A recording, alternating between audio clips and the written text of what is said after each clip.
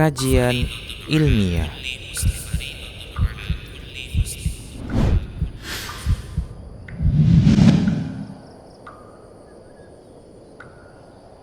Innal hamdalillah nahmaduhu wa nasta'inuhu wa nastaghfiruh wa na'udzu billahi min shururi anfusina wa sayyiati a'malina.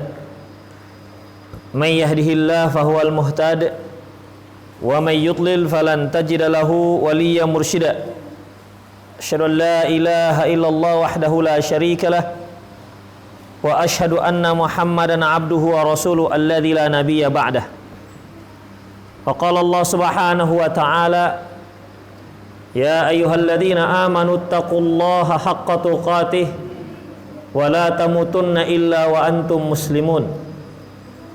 Ya ayyuhalladzina amanu taqullaha wa qulu qawlan sadida yuslih lakum a'malakum wa yaghfir lakum dhunubakum wa may yuti'illaha wa rasulahu faqad faza fawzan 'azima. Ya ayyuhan nasu taqu rabbakumul ladzi khalaqakum min nafsin wahidah wa khalaqa minha zawjaha wa batha minhuma rijalan katsiran wa nisaa'a wattaqullaha alladzi tasaaluna bihi wal arham innallaha kana 'alaikum raqiba. Amma ba'du, inna asdaqal hadithi kitabullah wa khairal hadi hadi Muhammad sallallahu alaihi wasallam wa syarrul umur muhdatsatuha wa kullu muhdatsatin bid'ah wa kullu bid'atin dhalalah wa kullu dhalalatin finnar. Ma'asyiral muslimin rahimani Allah wa iyyakum. Judul kita, kajian kita pada malam hari ini yaitu misi dan visi dan misi setan. Ikhwatiddin, Allah Subhanahu wa taala menyebutkan innasyaitana lakum aduwwun fattakhidhuhu aduwwa. Sesungguhnya setan itu merupakan musuh bagi kamu. Fattakhidhuhu aduwwa, maka jadikan dia sebagai musuh. Tidak ada musuh yang lebih besar terhadap manusia melebihi musuh manusia terhadap setan. Musuh manusia terhadap iblis. Dan permusuhan ini dimulai sejak Allah Subhanahu wa taala menciptakan Nabi Adam alaihissalam. Dan di saat itu juga intinya pada saat Allah Subhanahu wa taala menyuruh malaikat untuk sujud kepada Nabi Adam. Allah Subhanahu wa taala berfirman, wa idh qulna lil malaikati isjudu li adama fasajadu illa iblis aba wastakbara wa kana minal kafirin. Ketika kami berkata kepada malaikat, sujudlah kalian kepada Adam, fasajadu, maka semua mereka sujud, illa iblis, kecuali iblis. Aba wastakbara wa kana minal kafirin, iblis enggan dan takabur, dan dia termasuk yang kafir kepada Allah Subhanahu wa taala. Allah Subhanahu wa taala juga firman, wa laqad khalaqnakum tsumma sawwarnakum tsumma qulna lil malaikati isjudu li adama fasajadu illa iblis lam yakun minasyajidin. Sungguh kami telah ciptakan kalian, telah kami bentuk kalian, kemudian kami katakan kepada malaikat sujudlah kepada Adam, maka semuanya sujud kecuali iblis yang enggak mau sujud. Allah Subhanahu wa taala mengatakan kepada si iblis, bertanya, ma mana'aka alla tasjuda id amartuk. Apa yang menghalangi kamu untuk sujud kepada Adam, padahal aku yang perintahkan? Kata si iblis, qala ana khairum min, aku lebih baik ketimbang si Adam. Khalaqtani min nar wa khalaqtahu min tin. Engkau ciptakan aku dari api dan engkau ciptakan si Adam dari tanah. Inilah yang membuat Allah Subhanahu wa taala murka kepada iblis. Karena iblis berani-berani menentang perintah Allah hanya dengan dasar logikanya. Dia menganggap dirinya lebih hebat, lebih mulia ketimbang Adam hanya berdasarkan asal muasal ciptaan. Hanya berdasarkan asal muasal ciptaan. Allah marah karena ini permasalahannya bukan ceritanya masalah asal muasal penciptaan. Masalahnya siapa yang menyuruh. Allah katakan, ya, id amartuk ma mana'aka an tasjuda id amartuk. Apa yang menyebabkan kamu tidak mau sujud id amartuk, di saat aku perintah. Ini ceritanya bukan masalah mulia nggak mulia, yang perintah aku masalahnya. Kemudian iblis berani-berani menjawab seperti yang tadi. Aku itu lebih baik dibandingkan dia. Karena aku diciptakan dari api, engkau ciptakan dia dari tanah. Berani-berani dia menolak perintah Allah dengan logika seperti itu. Makanya Allah marah. Allah usir dia dari surga. Qala khruj minha fa innaka rajim. Keluar kamu dari surga. Disitulah mulai marah luar biasa iblis kepada Adam alaihi salam. Para ikhwatiddin rahimanallahu wa iyyakum. Seharusnya tidak layak iblis itu marah kepada Nabi Adam alaihi salam. Enggak layak dia marah kepada ayah kita Adam alaihi salam. Karena yang menyuruh dia untuk sujud itu bukan Nabi Adam. Dan juga bukan request dari Nabi Adam. Ya Allah, kalau aku ciptakan, tolonglah suruh malaikat itu sujud. Tidak juga. Itu semata merupakan perintah Allah Subhanahu wa ta'ala. Tidak ada sedikit pun campur tangan Adam alaihissalam. Jadi tidak layak dia marah kepada Nabi Adam alaihissalam, ayah kita. Yang lebih parah lagi, urusan dia dengan Nabi Adam, kita terikut-ikut. Marahnya sampai pada kita. Itu dia, sampai pada kita. Kita nggak pernah jumpa dia, nggak pernah juga tekek kepala anaknya juga. Kenapa kok marah dengan kita? Kalau dia urusan Nabi Adam, udahlah dengan Nabi Adam. Kita kenapa diikut-ikut? Tapi begitulah ikhwatiddin. Orang kalau sudah iri dengki itu nggak perlu ada alasan. Yang penting nggak suka, gitu aja dah. Kalau sudah iri dan dengki tak pakai alasan. Yang penting tak suka. Inilah sifat iblis, ikhwatiddin rahimani Allah wa iyyakum. Makanya setelah itu iblis diusir oleh Allah Subhanahu wa taala dan dia bersumpah. Al-A'raf ayat 16. Qala fa bima aghwaytani. Karena engkau telah menetapkan aku sebagai makhluk yang sesat.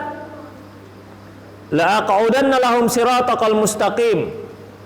Aku akan duduk di jalanmu yang lurus ya Allah.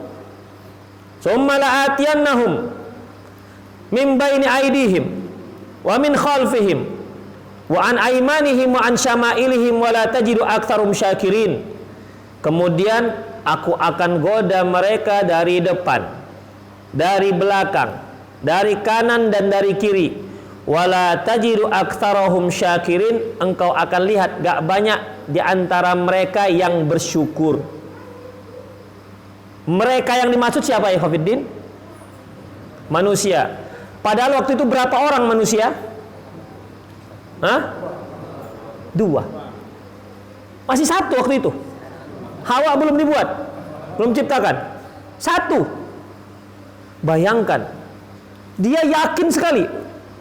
Wala tajidu aktsarahum syakirin. Engkau akan lihat banyak di antara mereka yang tak bersyukur. Padahal yang di hadapan dia masih 1. Ini menunjukkan betapa kesungguhan si iblis untuk merusak anak Adam. Menunjukkan kesungguhannya. Bahwasanya jangan ente aja Adam, anak-anak ente aku akan, begitu, akan rusak habis-habisan. Itulah sumpahnya iblis. Ikhwatifiddin rahimani Allah wa iyyakum. Dari situlah mulai pergulatan antara manusia dan iblis beserta antek-anteknya. Iblis satu, tentaranya banyak. Siapa tentaranya? Setan.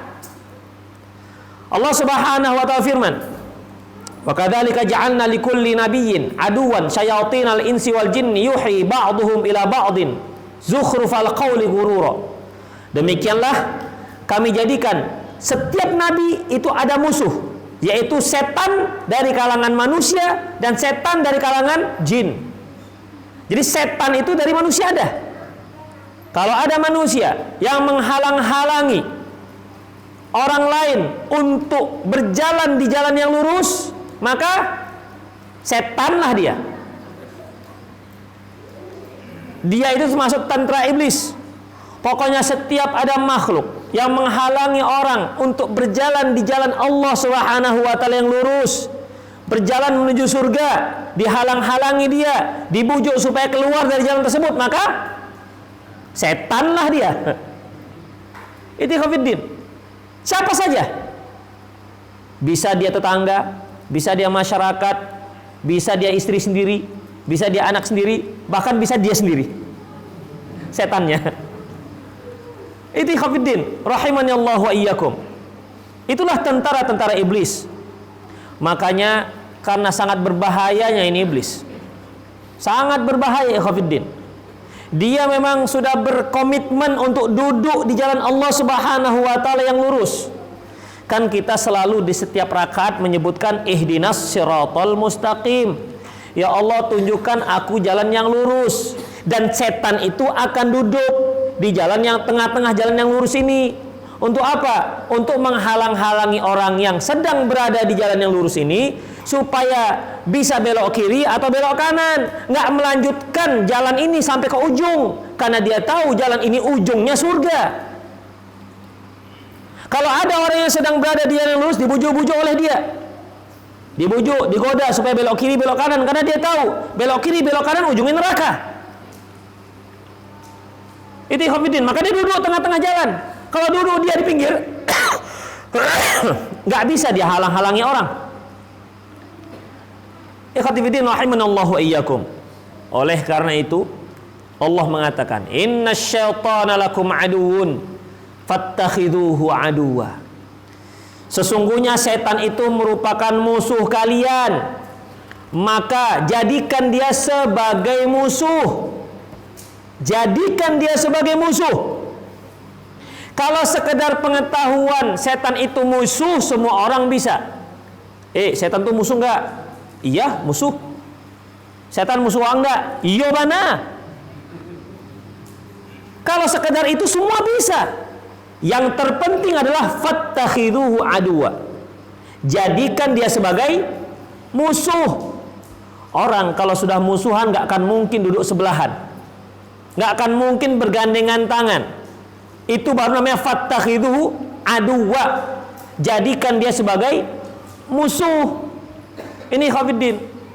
Dan apa misi dan visinya syaitan, ikhwafiddin rahimani Allah wa iyyakum? Mereka dia punya rencana jangka panjang dan jangka pendek. Jadi bukan kita aja punya jangka panjang jangka pendek. Rencana jangka panjangnya, innama yad'u hizbahu liyakunu min ashabis sa'ir. Dia berusaha untuk mengajak kelompoknya agar menjadi penghuni neraka sa'ir. Dia nggak mau masuk neraka sendirian. Dia cari kawan sebanyak-banyaknya. Nggak senang dia ada manusia yang masuk surga, sementara dia masuk neraka. Nggak mau. Dia ingin cekah, ingin cari kawan sebanyak-banyaknya. Nggak mau dia disisa sendirian. Itulah merupakan misi jangka panjangnya. Bagaimana usahanya merekrut sebanyak-banyaknya teman yang akan dijebloskan bersama dia masuk ke dalam neraka sa'ir. Itulah ikhwatiddin rahimani Allah wa iyyakum. Rencana jangka panjang ini tidak akan mungkin bisa sukses tanpa melaksanakan rencana jangka pendek. Semasa di dunia, rencana jangka pendeknya si iblis dan setan ini ikhwatiddin, ya, juga ada skala prioritas. Itu hebat si iblis ini. Ya. Dia punya skala prioritas mana yang terpenting dan yang penting. Itu lebih dahulu. Dia nggak mau melakukan hal-hal yang nggak penting. Dia punya rencana-rencana yang terpenting. Yang terpenting bagi dia adalah yang paling berbahaya bagi manusia. Itulah yang terpenting bagi dia. Makanya rencana A dia, rencana A, plan A-nya si iblis yang paling utama adalah menjerumuskan manusia dalam perbuatan syirik. Oleh karena itu, misinya para nabi diutus Allah Subhanahu wa taala ke muka bumi ini, yang pertama adalah memberantas kesyirikan. Misinya iblis yang pertama adalah menyuburkan kesyirikan. Dari dahulu sampai nabi yang terakhir, semuanya yang pertama yaitu memberantas kesyirikan. Karena ikhwafiddin, ketika seorang melakukan perbuatan syirik, hapus semua amalan kebaikannya dan takkan diampuni oleh Allah Subhanahu wa taala dosanya. Innallaha la yaghfiru ay yushraka bihi wa yaghfiru ma duna dzalika liman yasha. Nanti saja dibagikan itu aquanya, karena kita belum haus. Itu bisa mengganggu konsentrasi, ya kan? Nah, tapi saya nggak bilang setan loh ya. Ikhwatiddin rahimani Allah wa iyyakum. Sampai mana tadi kan? Lupa jadinya. Hah? Innallaha la yaghfiru ay yushraka bih wa yaghfiru ma duna dzalika liman yasha. Sesungguhnya Allah itu tidak akan mengampuni dosa perbuatan syirik. Wa yaghfiru ma duna dzalika liman yasha. Tapi selain syirik masih diampuni bagi siapa yang Allah kehendaki. Itulah dia berbahayanya syirik. Kalau seorang sudah melakukan kesyirikan, na'udzubillah, dia mati belum taubat, maka tidak ada kemungkinan bagi dia kecuali neraka jahanam kekal selamanya. Sebanyak apapun kebaikan yang dia lakukan, tak ada guna sama sekali. Wa qadimna ila ma amilu min amalin faj'alnahu haba'an manthura. Dan kami tayangkan semua amalan-amalan kebaikannya, kemudian kami jadikan itu semua haba'an manthura, seperti debu yang berterbangan, habis semuanya, tidak ada nilai sama sekali, tidak ada berat sama sekali. Ikhwati fiddin rahimani Allah wa iyyakum. Inilah tujuan pertama setan, tujuan pertama iblis, untuk menjerumuskan manusia pada perbuatan syirik. Itu juga dakwah pertama para nabi, yaitu untuk memberantas kesyirikan. Karena ini dosa yang paling berbahaya di antara dosa-dosa yang lain. Allah juga menyebutkan, "Wa may yusyrik billah faqad harramallahu 'alaihil jannah." Barang siapa yang mensekutukan Allah, kami haramkan masuk surga. Masya Allah. Haram masuk surga ini ngeri, Khafiddin. Kita saja kalau yang doyan makan durian, tiba-tiba kata dokter, "Pak, pantangan pertama jangan makan durian." Itu saja kita sudah sedih kan? Ya Allah, nggak boleh makan durian. Durian dari Sidikalang, wanginya kan luar biasa itu. Nggak boleh makan durian. Sudah sedih kita. Ini yang diharamkan surga yang begitu nikmatnya, yang kata Rasulullah, "Mala ainun ra'at, wala udhunun sami'at, wala khatara ala qalbil bashar." Yang tak pernah terlihat oleh mata, tak pernah terdengar oleh telinga, dan tak pernah terbetik dalam hati. Keindahan yang pernah kita lihat di mata, keindahan panorama laut yang luar biasa, keindahan gunung-gunung yang hijau yang luar biasa, itu belum ada apa-apanya dibanding surga. Belum ada apa-apanya dibanding surga. Bu, tolong bu, anaknya bu. Itu belum ada apa-apanya dibanding surga. Karena selama masih terbetik yang namanya keindahan, maka tidak begitu surga. Terbayang oleh kita seorang wanita yang cantik jelita dengan mata yang jeli yang luar biasa, menantang, dengan warna yang sangat bening, dengan kelembutan dan seterusnya dan seterusnya. Secantik apapun, selama dia masih terbetik, maka tak begitu bidadari. Itulah ikhwatiddin. Itu semua diharamkan bagi kita, bagi orang yang auzubillah, bagi orang melakukan kesyirikan. Siapa yang nggak sangat sedih kalau sudah di akhirat diharamkan surga, maka tidak ada kata lain selain neraka. Itulah dia. Ikhwati fiddin rahimanallahu wa iyyakum. Makanya jangankan kita, para rasul saja diancam. Apa kata Allah? Walaqad uhiya ilaika wa ilal ladzina min qablik. Sesungguhnya telah kami wahyukan kepada engkau dan kepada para rasul-rasul sebelum kamu. La in asyrakta, kalau kamu berbuat syirik, la yahbatanna amaluk, akan kami hapus semua amalan kamu. Itu para rasul.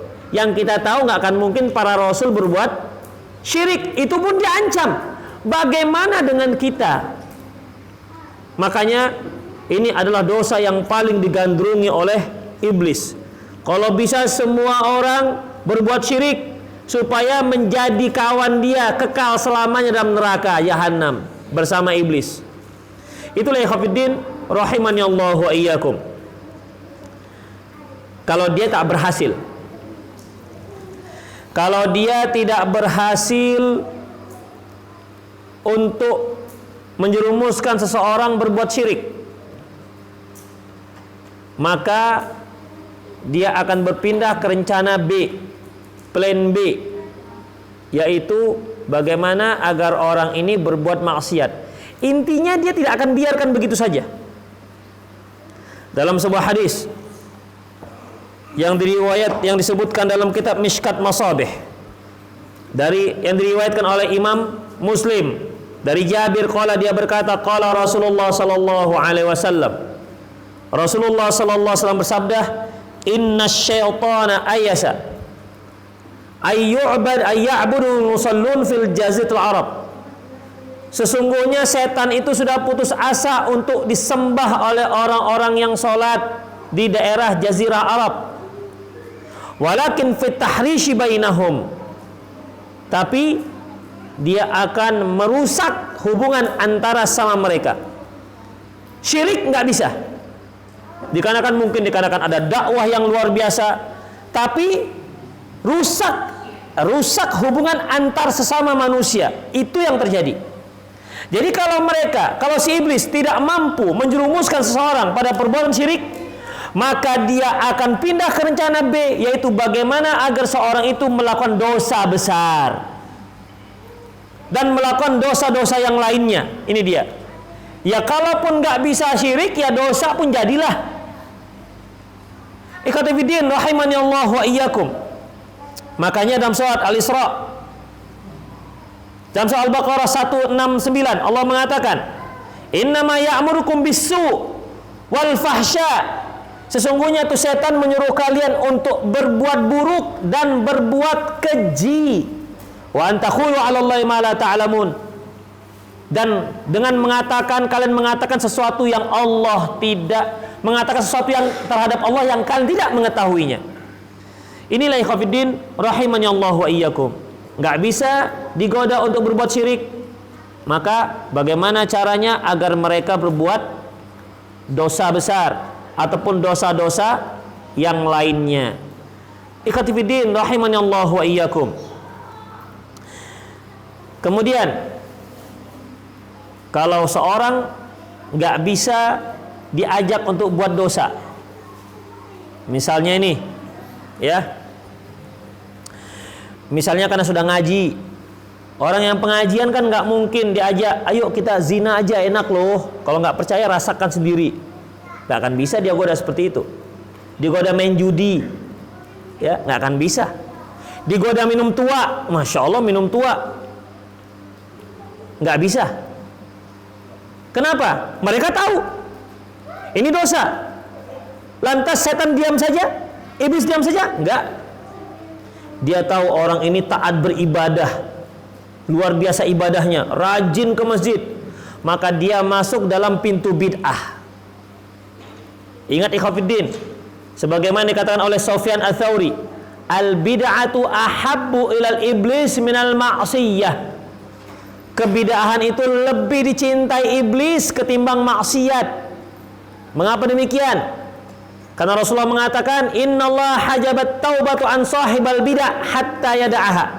Sesungguhnya Allah Subhanahu wa taala tak menerima taubat, menutup pintu taubat bagi pelaku bid'ah sampai mereka meninggalkan kebid'ahan tersebut.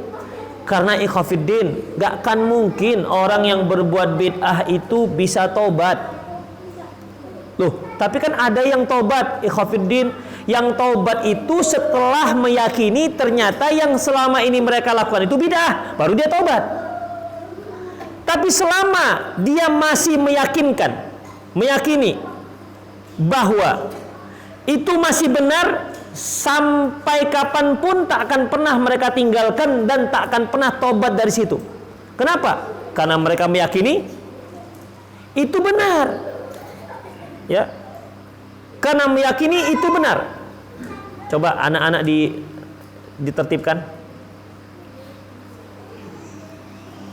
Karena dia meyakini apa yang dilakukan itu benar. Beda dengan seorang yang berjudi, seorang muslim berjudi, coba tanya. Pasti dalam hati kecilnya bagus gak itu? Pasti dia katakan gak bagus. Tapi kebid'ahan ikhwatiddin, dia meyakini itu kebenaran. Bahkan ada gembongnya ahlul bid'ah, sampai dipotong pun lidahnya, tetap dia meyakini kebid'ahannya. Kenapa? Dia yakini itu adalah sebuah kebenaran. Makanya Allah tutup pintu tobat. Selama dia masih meyakini itu benar, gak akan mungkin dia tobat. Tapi yang taubat itu setelah meyakini, oh rupanya salah, barulah biasa tobat. Itu ikhwatiddin, ya. Makanya iblis sangat suka dengan kebid'ahan ini. Dari sinilah dia akan dia akan menggoda orang-orang soleh supaya ibadah yang dia lakukan tak ada nilai sama sekali. Misalnya sangkin semangatnya berzikir. Ada zikir setelah sholat 33 kali, dia kita dikit kali, belum cukup ini. Akhirnya dia harus berzikir 33.000 kali. Kenapa? Karena dianggap gak cukup. Ya, dianggap gak cukup. Pernah gak mendengar orang tahlilan sampai 60.000 kali? Ya, itulah dia ikhwatiddin rahimani Allah wa iyyakum. Mengapa demikian? Semangat pendekatan dirinya kepada Allah itu yang dimanfaatkan oleh iblis. Supaya apa? Supaya amalannya itu tidak ada nilai sama sekali. Makanya para ulama kita mengatakan al-iktisadu fi sunnah khairum minal ijtihadu fil bid'ah. Bersahaja di atas sunnah lebih baik ketimbang boros banyak beramal tapi bid'ah tidak ada dasarnya sama sekali. Lebih baik kita sholat subuh 2 rakaat ketimbang 10 rakaat, ya kan? Betul apa enggak? Ya betul. Lebih baik kita zikir setelah sholat tasbih 33 kali, takbir 33 ketimbang takbir sampai 33.000 kali.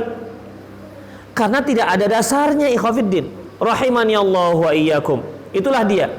Ya, masuk dari sisi bid'ah untuk orang-orang yang soleh, untuk orang-orang yang cenderung pada perbuatan baik. Ini yang Allah katakan, qul hal unabbiukum bil akhsarina a'mala. Katakan, maukah kalian aku beritahukan tentang amalan yang paling merugi? Apa itu? Alladzina dhalla sa'yuhum fil hayatid dunya wa hum yahsabuna annahum yuhsinuna sun'a, yaitu mereka yang sesat amalannya semasa di dunia, tetapi mereka mengira bahwasanya sedang berbuat baik. Mereka mengira sedang berbuat baik. Ini ikhwatiddin, itulah kebid'ahan.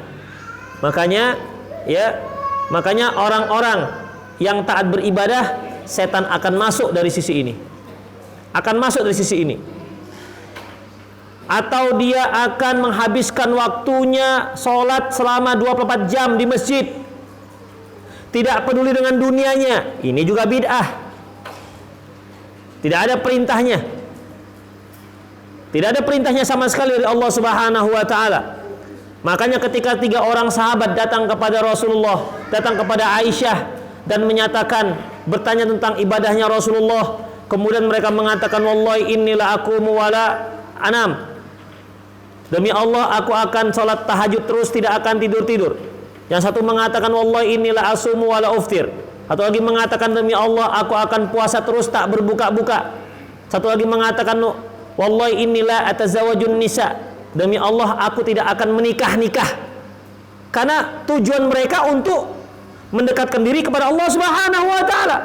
Karena kalau dia menikah merasa ini akan diganggu oleh istri. Kalau nggak aku yang ganggu istri, aku ganggu dia pada malam hari. Kalau nggak ganggu siang, ganggu malam. Kalau nggak sore. Namanya juga punya istri, kapan teringat, ya kan? Kemudian belum lagi yang namanya nafkah, kan harus kita cari. Demikian ikhwatiddin. Akhirnya apa? Nggak usah menikah. Makanya Rasulullah marah. Ya, makanya Rasulullah marah. Rasulullah katakan, wallahi inilah atqakum wa akhsyakum fillah. Demi Allah aku adalah orang yang paling takut dan yang paling bertakwa kepada Allah ketimbang kalian semua. Walakinni aku wa anam, tapi aku tidur, aku juga bangun untuk sholat malam. Wa asumu wa uftir, aku juga berpuasa dan aku juga berbuka. Wa atazawajun nisa, dan aku juga menikahi wanita. Faman raghiba an sunnati falaysa minni, yang enggak suka dengan sunnahku enggak termasuk kelompokku. Itulah ikhwatiddin rahimani Allah wa iyyakum. Baik. Adzan. Iya.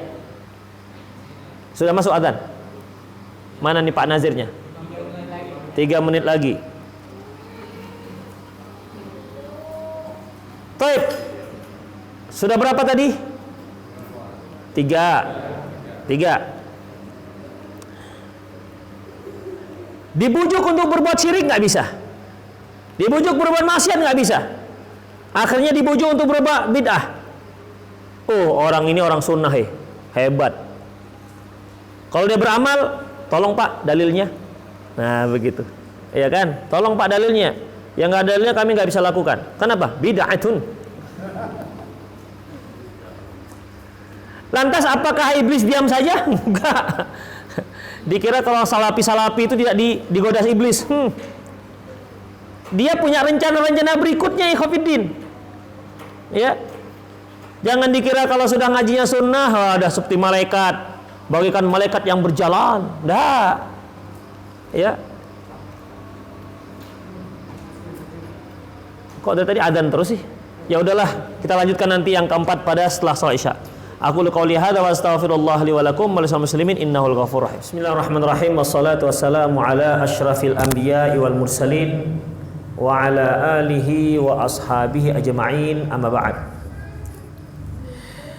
Ikhwatiddin rahimani Allah wa iyyakum. Kita masuk pada poin yang keempat, yaitu setan berusaha untuk menghalang-halangi hambanya dalam melakukan ketaatan, untuk menghalangi hamba Allah Subhanahu wa ta'ala dalam ketaatan. Artinya seorang hamba, dia usahakan agar hamba tersebut untuk berbuat syirik. Kalau tidak mampu, dia usahakan agar hamba ini berbuat dosa. Kalau nggak mampu dia usahakan si hamba ini berbuat bid'ah.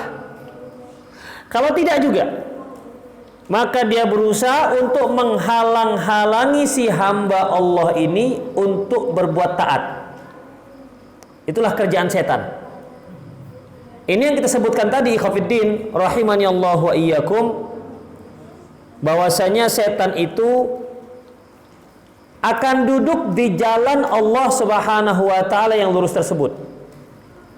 Setiap ada orang-orang yang ingin menempuh jalan tersebut, dia akan halang-halangi. Jangan sampai ada yang menempuhnya. Jangan sampai ada yang menelusuri jalan Allah yang lurus tersebut. Inilah di ikhwatiddin. Tetapi ingat, setan itu tidak pernah memaksa, tidak pernah melakukan tindak kekerasan dalam menghalangi seseorang berbuat baik. Allah berfirman tentang perkataan setan, tentang perkataan iblis. Wa qala asy-syaitanu lamma qudiyal amru innallaha wa'adakum wa'dal haqqi wa wa'adtukum fa akhlaftukum wa ma kana liya 'alaikum min sultanin illa an da'autukum fastajabtum li fala talumuni walumu anfusakum. Setan berkata, ketika Allah Subhanahu wa taala telah menetapkan mana yang surga dan mana yang neraka, kata si setan, innallaha wa'adakum wa'dal haqq wa wa'adtukum fa akhlaftukum. Sesungguhnya Allah Subhanahu wa taala telah memberikan kalian janji yang benar. Aku juga telah memberi kalian janji yang benar. Aku juga telah memberi kalian janji. Fa akhlaftukum, tetapi aku menyelisih janjiku. Wa ma kana liya 'alaikum min sultanin illa an da'autukum fastajabtum li. Dan aku tuh tak pernah memaksa kalian. Aku hanya sekedar an da'autukum, mengajak, merayu, membujuk. Fastajabtum li. Dan ternyata kalian mengikuti bujukanku. Makanya kan nggak pernah ketika kita mau ke masjid tiba-tiba muncul setan depan pagar rumah kita. Nggak boleh lewat, kalau nggak aku bacok. Ada yang pernah ngalamin gitu Pak? Tadi ada mau ngaji tiba-tiba datang setan, awas, aku bacok kok, lewat. Ada? Kemarin ada? Siapa itu?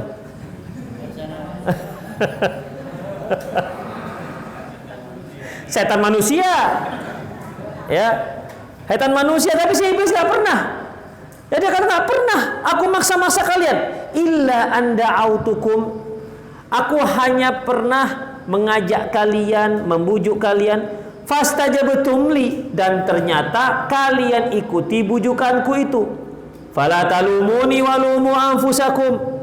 Makanya jangan kalian sesali diriku. Walumu anfusakum, sesali diri kalian sendiri, ngapain pula aku diajak-ajak. Gitulah kira-kira ikhwatiddin. Ya, itulah kata si iblis, kata si setan. Jadi dia ingin agar manusia itu, tak ingin agar manusia itu berbuat taat, dihalang-halangi oleh si setan. Ingat, la'aq'udanna lahum siratal mustaqim, kata syaitan. Aku akan duduk di jalanmu yang lurus ya Allah. Itulah dia kerjaannya, dihalang-halangi. Baik. Kemudian kalau ternyata tak sanggup dia halang-halangi, misalnya mau pergi ngaji nih, ngapain ngaji? Enak di rumah, minum teh, ngopi-ngopi, ya, bergelut sama anak istri. Ngaji, ngapain? Enak di rumah, hujan-hujan lagi, mendingan gelut dengan istri, ya kan? Itu ikhwatiddin. Ternyata orang ini enggak, aku mau ngaji. Wah, mantap udah, nggak bisa digoda-goda. Aku mau ngaji. Akhirnya pergilah ngaji, pergi ke majelis taklim, ingin menambah ilmu. Apakah lantas setan nyerah? Enggak nyerah dia. Dia masuk rencana berikutnya. Dia akan rusak nilai amalannya atau dia kurangi nilai amalannya.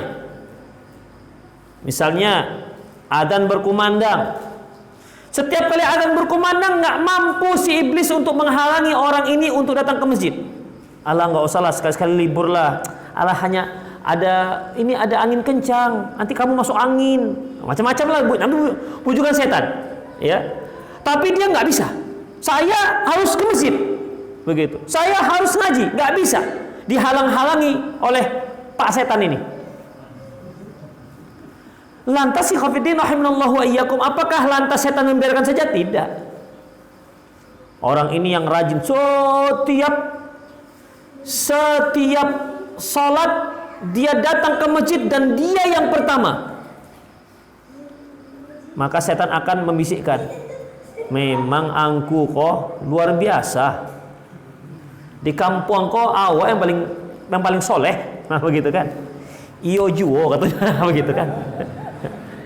Iya juga, betul juga. Memang nggak ada yang lain itu masbuk, kadang-kadang dapat ruku, tapi kalau awak kok ya, masya Allah untuk dia sendiri, masya Allah, nggak pernah ketinggalan.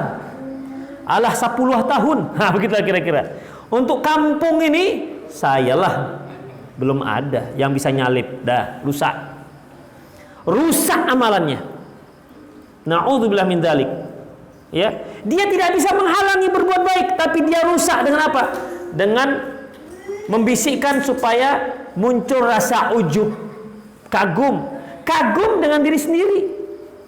Itu Khofiddin, kagum terhadap diri sendiri. Apa kata Rasulullah SAW? Laula tudnibun, kalaupun kalian itu tidak berdosa, la khiftum ma huwa akbaru minhu, aku takut dengan yang lebih parah dibandingkan itu. Ala wa huwa ujubu, al-ujubu, dia adalah ujub. Orang yang ujub itu ikhwatiddin lebih parah dibandingkan yang berdosa. Karena seolah-olah dialah yang menyebabkan dia itu bisa bertakwa tanpa campur tangan Allah sama sekali. Na'udzubillah min dzalik. Padahal kalau Allah tidak beri dia hidayah, kalau Allah tidak beri dia taufik, gak akan bisa dia langkahkan kakinya selangkah pun ke masjid. Karena Allah lapangkan dadanya, Allah ringankan langkahnya sehingga dia mudah ke masjid. Makanya ikhwatiddin, setiap habis sholat kan kita selalu doa, Allahumma aini ala dzikrika. Ya Allah, bantu aku ya Allah supaya aku bisa senantiasa mengingatmu. Wa dzikr, Allahumma inni a'udzubika. Allahumma aini ala dzikrika wa syukrika. Dan agar aku bisa senantiasa bersyukur kepadamu. Kalau enggak Allah bantu, kita akan menjadi umat yang kufur terhadap nikmat Allah. Wa syukrika wa husni ibadatik, dan bantulah aku agar senantiasa beribadah dengan cara yang baik kepadamu. Itu Allah yang bantu ikhwatiddin. Ya, Allah yang bantu. Kalau Allah mau, Allah akan beri semua hidayah orang-orang ini. Walau syi'na la'ataina kulla nafsin hudaha. Kalau kami mau, kami beri semua orang ini hidayah. Tapi enggak semua seperti itu ikhwatiddin. Masya Allah, kita bersyukur para ikhwah yang ada yang dari mana? Dari daerah Sumatera yang penghasil Sidi Kalang hujan-hujan, Masya Allah. Kalau muncullah yang dari Sidi Kalang, memang saya itu mujahid lah. Kalau hanya sekedar gerimis-gerimis saja, nggak bisa, dah, habis. Ya, kita nggak terasa ikhwatiddin. Itu bahayanya setan tuh begitu. Nggak mau dia biarkan kita. Biarkanlah kita kan udah masuk surga lah, udah kan begitu selesai masalahnya. Yang penting nggak ganggu dia, kan begitu. Nggak bisa, tetap saja ganggu kita dia. Begitulah musuhnya ikhwatiddin, rahimani Allah wa iyyakum. Sudahlah kita capek-capek dirusaknya amalan kita dengan cara ujub seperti itu. Na'udzubillah min dzalik. Dirusaknya nilai amalan kita. Atau paling tidak berkurang nilai amalan. Dia mau ngaji nih, ngaji. Ngapain ngaji? Enggak, ngaji. Udah sebulan sekali masa nggak ngaji juga, misalnya begitu kan? Ngaji. Tapi ini hujan, sikit hujannya, nggak lebat. Datang dia, mendengar. Tapi setan, apakah setan akan membiarkan? Enggak. Begitu, innal hamdalillah. Tuh. Kan nggak dibiarkan kita. Dari rumah kita niatnya mantap mau mendengar taklim, mau mendengar ilmu. Udah bawa catatan, bawa pulpen, nggak bawa bantal dari rumah. Karena nggak ada niat tidur di majelis taklim. Kalau niatnya tidur tuh bawa bantal di rumah, bawa spring bed kan begitu, pakai kelambu sekalian. Tapi karena niatnya mau belajar, itu ikhwatiddin. Tapi apakah ketika dia mau mendengar majelis taklim, mendengar ilmu, lantas dibiarkan setan begitu saja? Enggak. Dibuatnya lah. Innal hamdalillah, mulai jatuh. Nahmaduhu. Dah berkurang nilainya. Ya, berkurang nilainya. Dia tidak merusak, tapi mengurangi nilai. Demikian. Coba, kemana kita mau lari, ikhwatiddin? Itulah dia. Jadi dia merusak nilai ibadah kita. Dia nggak mampu menghalangi kita berbuat baik, berbuat taat. Dia akan rusak nilai amalan kita. Apakah merusak secara keseluruhan atau merusak sebahagian nilainya? Ikhwati fiddin, rahimani Allah wa iyyakum. Seperti pengaduan salah seorang sahabat yang bernama Utsman bin Abil As. Dia berkata, "Ya Rasulullah, inna syaitan qad hala baini wa baina salati wa qiraati wa yalbisaha alayya." Ya Rasulullah, kalau aku salat tuh setan selalu mengganggu bacaanku ketika salat sehingga sering salah. Dia nggak mampu menghalangi sahabat ini untuk sholat. Sahabat tetap sholat. Lantas sholatnya yang diganggu. Jadi bacanya selalu salah. Apa kata Rasulullah SAW? Faqala Rasulullah sallallahu alaihi wasallam. Rasulullah sallallahu alaihi wasallam bersabda, "Innahu syaitan." Yo, itu setan. Spesialis mengganggu orang sholat. Syaitan. Yuqalu lahu khinzab. Namanya si khinzab. Setan spesialis mengganggu ketika sholat. Jadi jangan namakan anak antum atau cucu antum khinzab ya. Khinzab itu nama setan. Ingat tuh, khinzab nama setan. Jangan dengar lagi ngantuk khinzab. Bagus juga khinzab ini. Lupa dia kalau itu nama setan, nggak dengar. Kemudian, lantas bagaimana caranya? Fa idza ahsastahu fata'awwadhu billahi minhu. Kalau kamu merasa itu, maka ucapkan a'udzubillahi minasyaitonir rajim. Watful ala yasarika thalathan. Kemudian meludah ke kiri 3 kali. Meludah sedikit aja 3 kali. Faqala sahabah, lantas sahabat ini mengatakan, yaitu Utsman bin Abil As, fa fa'altu dzalika, aku lakukan, fa adhabahu Allahu anni, dan Allah hilangkan itu semua. Sunnah itu dapat mengurangi gangguan setan. Itulah ikhwatiddin rahimani Allah wa iyyakum. Dan banyak sekali ikhwatiddin setan itu mengganggu kita, mengganggu ibadah kita. Seperti kalau kita sholat pakai sutroh, kalau ada yang lewat halangi, kata Rasulullah. Lewat lagi halangi. Kalau enggak juga, maka faqatilhu, lawan dia. Kata Rasulullah, fa innamahu syaitan. Bersamanya berarti ada setan, ganggu. Jadi dia bisa mengganggu langsung, bisa juga mengganggu melalui perantara orang. Bisa juga mengganggu melalui perantara orang lain. Itulah si setan para ikhwatiddin rahimani Allah wa iyyakum. Kemudian apalagi ikhwatiddin, ya. Tidak hanya itu. Setan tidak hanya ingin merusak nilai amalan kita, tapi setan juga merusak jasad dan fisik manusia. Tidak hanya ibadahnya, fisiknya juga dia rusak. Di antaranya ikhwatiddin yang pernah jin ifrit, setan ifrit yang ingin membakar Rasulullah sallallahu alaihi wasallam. Pernah dia mau menyerang Rasulullah sallallahu alaihi wasallam. Di saat itu tuh setan melemparkan Rasulullah, melemparkan kepada Rasulullah yaitu bola api. Lantas Rasulullah sallallahu alaihi wasallam mencekiknya. Dan para sahabat setelah itu bertanya, "Ya Rasulullah, tadi kami lihat Anda menjulurkan kedua tangan Anda. Ada apa?" Kata Rasulullah, "Tadi itu ada jin ifrit yang akan membakarku. Kutangkap dia, kucekik dia sampai keluar lidahnya dan aku rasakan dingin lidahnya.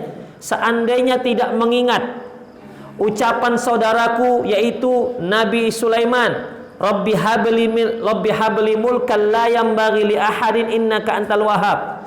Ya Allah, berilah aku kekuasaan yang tidak Engkau berikan kepada siapapun setelahku. Innaka antal wahhab, sungguhnya Engkau Maha Pemberi." Kalau enggak ingat doa Nabi Sulaiman ini, akan aku ikat tuh jin di tiang Madinah, di tiang-tiang kota Madinah, dan akan menjadi mainan anak-anak kota Madinah. Itu ikhwatiddin. Itu Rasulullah aja diganggu. Kemudian ketika mimpi kita juga diganggu. Berapa banyak orang mimpi itu mimpi buruk, ya kan? Mimpi buruk. Mimpi dikejar ular, mimpi dikejar debt collector karena banyak kali kreditnya. Bukan hanya ketika alam nyata, alam maya juga menagih. Saking banyaknya utangnya.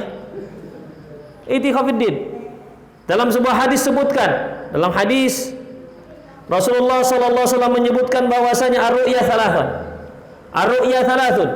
Mimpi itu ada 3. Fabushra min rahman, yaitu kabar gembira dari Allah Subhanahu wa taala. Ini adalah mimpi gembira, mimpi baik. Wa takhfifu minasyaitan, dan mimpi takut asal dari syaitan. Wa haditsun nafs, dan ilusi. Makanya ada mimpi-mimpi buruk itu datangnya dari setan.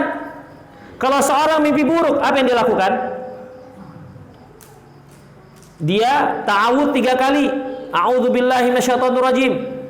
Kemudian merubah posisi tidurnya. Yang tadinya telentang, entah dia miring kiri. Yang tadinya miring kiri, hendaklah miring kanan. Itu Khofiddin. Itu caranya. Dan jangan dia ceritakan kepada orang lain. Jangan dia ceritakan. Itu Khofiddin. Ya, itu kalau mimpi buruk. Kalau mimpi baik, ya, mimpi baik dia ceritakan hanya kepada orang-orang yang mencintai dia. Itulah dia. Ya. Mimpi buruk ini datangnya dari setan. Hanya kalau mimpinya poligami itu mimpi buruk apa mimpi baik? Baik kan kalau antum yang mengatakan baik. Coba saya tanya pada ibu-ibu. Bu, tadi suami ibu tadi malam mimpi poligami, Bu. Mimpi baik apa enggak? Mimpi baik enggak, Bu, kalau suami ibu mimpi yang poligami? Enggak kan. Enggak berani kuat. Ada suaminya di sini? Enggak. Enggak. Itu Khofiddin. Ya, jadi itu dia. Sampai di alam mimpi pun ganggu kita. Itulah dia. Kemudian apalagi ikhwatifiddin rahimani Allah wa iyyakum. Setan juga kalau bisa membakar rumah kita. Kalau bisa dia bakar rumah kita. Bagaimana caranya? Dalam hadis yang diriwayatkan oleh Imam Abi Dawud dengan sanad yang sahih, anna Rasulullah sallallahu alaihi wasallam qala, bahwasanya Rasulullah sallallahu alaihi wasallam bersabda, "Idza nimtum fatfa'u surujakum." Kalau kalian tidur, maka matikan semua api-api, ya, pelita-pelita yang ada apinya. Kenapa? Fa inna syaitan yadullu misla hadhil fa'rah ala hadha sirat fayuhriqakum. Karena nanti setan akan menyuruh tikus ini, dan tikus itu nanti akan menyenggol lampu sentir kalian sehingga akan membakar rumah kalian, membakar kalian. Makanya sunnahnya ada tikus dibunuh. Ya. Tikus itu dibunuh. Salah satu hewan yang diperintahkan oleh Rasulullah untuk dibunuh karena penolong setan dia. Untuk membakar rumah kita. Makanya kalau kita tidur, matikan lampu-lampu yang ada apinya. Adapun kalau listrik ini bagaimana? Termasuk enggak ya? Enggak termasuk. Karena dia tidak bisa membakar. Tetapi kalau yang nggak perlu, tak usah juga dihidupkan, ya. Dan kalau yang perlu harus dihidupkan, seperti lampu jalan, ya. Sebab kalau lampu jalan nggak dihidupkan berbahaya. Lampu halaman antum kalau nggak berbahaya, kalau gelap-gelap, mudah sekali nanti maliang mencilok, mudah sekali nanti pencuri datang, ya. Hidupkan lampu depan. Yang nggak perlu, nggak usah. Jangan pula lampu kamar 350 watt. Mau pesta mau ngapain? Demikian Khofiddin, ya. Jadi kalau yang api itu matikan. Makanya jangan masak, hidupkan kompor tinggal tidur, nggak boleh, haram. Kenapa? Berbahaya. Ya, berbahaya. Itu bisa membakar. Dan itu sudah diingatkan oleh Rasulullah SAW. Idza nimtum fatfa'u surujakum. Kalau kalian tidur, matikan pelita-pelita kalian. Sedangkan pelita aja disuruh matikan, apalagi kompor. Ya, itu dia.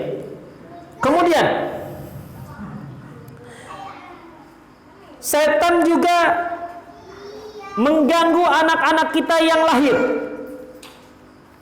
Dalam sebuah hadis yang diriwayatkan oleh Imam Muslim dari Abi Hurairah radhiyallahu anhu, anna Rasulullah sallallahu alaihi wasallam qala, bahwasanya Rasulullah sallallahu alaihi wasallam bersabda, kullu bani Adam yamassu syaitan yauma waladatuhu ummu illa Maryam wa ibnuha. Semua anak Adam disentuh oleh setan pada hari dia dilahirkan oleh ibunya kecuali Maryam dan anaknya. Dalam hadis Bukhari, Imam Bukhari dari Abi Hurairah radhiyallahu anhu qala, dia berkata, qala Rasulullah sallam, kullu bani Adam yata'anu syaitan fi jambaihi bi isba'ihi hina yuladu. Semua anak Adam itu ditusuk oleh setan di kedua rusuknya. Ketika dia lahir, hina yuladu, ghairu Isa ibnu Maryam, kecuali Isa anaknya Maryam. Dhahaba yata'anu fata'ana al-hijab. Dia ingin menusuknya, ternyata ada hijab, sehingga enggak bisa dia tusuk. Hadis yang lain yang juga diriwayatkan oleh Imam Bukhari dari Abi Hurairah radhiyallahu anhu qala, dia berkata, sami'tu Rasulullah sallallahu alaihi wasallam yaqul, ma min bani Adam mauludin illa yamassu syaitan hina yuladu. Tidak ada seorang anak Adam pun yang lahir kecuali disentuh dan disakiti oleh syaitan ketika dia lahir. Fayastahilla sarikhan min massi syaitan, hingga akhirnya dia menangis dari tusukan setan tersebut. Ghairu Maryam wa ibnuha, kecuali Maryam dan anaknya. Bayangkan ikhwatiddin, bagaimana dendamnya setan kepada kita. Dia nggak tunggu orang ini dewasa ataupun besar, udahlah biarkan saja masih kecil merah, masa diganggu. Nggak peduli dia.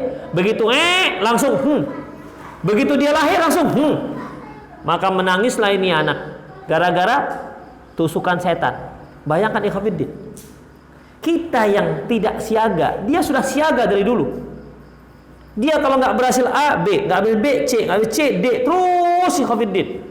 Yang lebih parahnya, sudahlah setan dendam dengan kita, anak-anak kita nggak tanpa pandang bulu usia berapapun, ditambah juga pakai jimat-jimat, masya Allah, bertambahlah ini setan, tambah menguasai si anak. Di gelangnya ada benang 7 rupa, di sininya ada jimat, pinggangnya entah anti apa lagi, anti plastik, anti apa lagi, kalau tidur di bawahnya ada gunting. Ditusukkan lagi bawang putih 1 siung. Apa nggak bertambah setan ini si anak? Pada si anak, kalau dia mau disapeh, masukkan lagi ke Pak Dukun, disuwuk supaya lupa dengan nenek ibunya. Coba ikhwatiddin, mau jadi apa ini anak? Jangan kita jadikan kita itu malah menjadi penguat setan untuk mengganggu anak-anak kita. Dia begitu lahir sudah diganggu setan. Kenapa kita juga ikut bantu setan? Apa bapaknya setan juga?